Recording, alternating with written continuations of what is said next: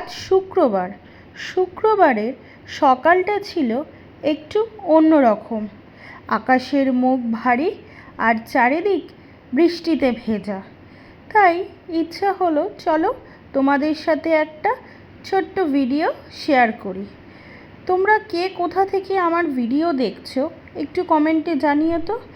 আর কার কার ওখানে আবহাওয়ার এই রকম সুন্দর আমাকে কমেন্টে জানিও। তারপর আমি কি করলাম, যথারীতি রোজকারের মতো বাড়ির কাজ বাজ সেরে নিলাম।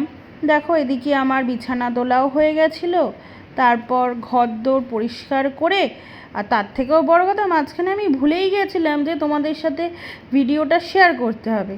তো আমার মনে পড়তেই চট করে আবার ক্যামেরাটা অন করে আমি আমার ভিডিওটা আবার শুরু করে দিলাম। এই যে ঘরটা দেখছো সেটা হচ্ছে আমার মেয়ের স্টাডি রুম। একটু হয়তো অগোছালো বাট পরিষ্কার। ওই ঘরটা মুছে পরিষ্কার করে তারপর চলে গেলাম ছাদে। এই দেখো আমার ছাদে একটা ছোট্ট বাগান রয়েছে। অবশ্য এটা আমার বাপিই সামলায়, সব কিছু দেখাশোনা করে।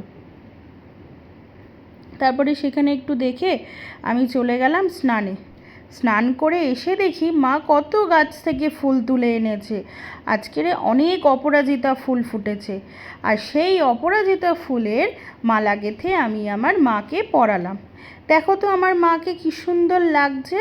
আমি আমার মাকে তোমাদের সাথে শেয়ার করলাম। দেখো তো, দর্শন করো তো, আর আমার মাকে বলো তো তোমরা কেমন লাগছে, তোমরা সবাই জানিও। তারপর তো রয়েছে আমার তারা মা। আমার তারা মাকেও তোমরা দর্শন করে জানিও কেমন লাগলো। এদিকে আছে আমার আর একটা ঠাকুর ঘরে আছে, সব মাদের দর্শন করালাম। কেমন লাগলো ভিডিওটা জানিও।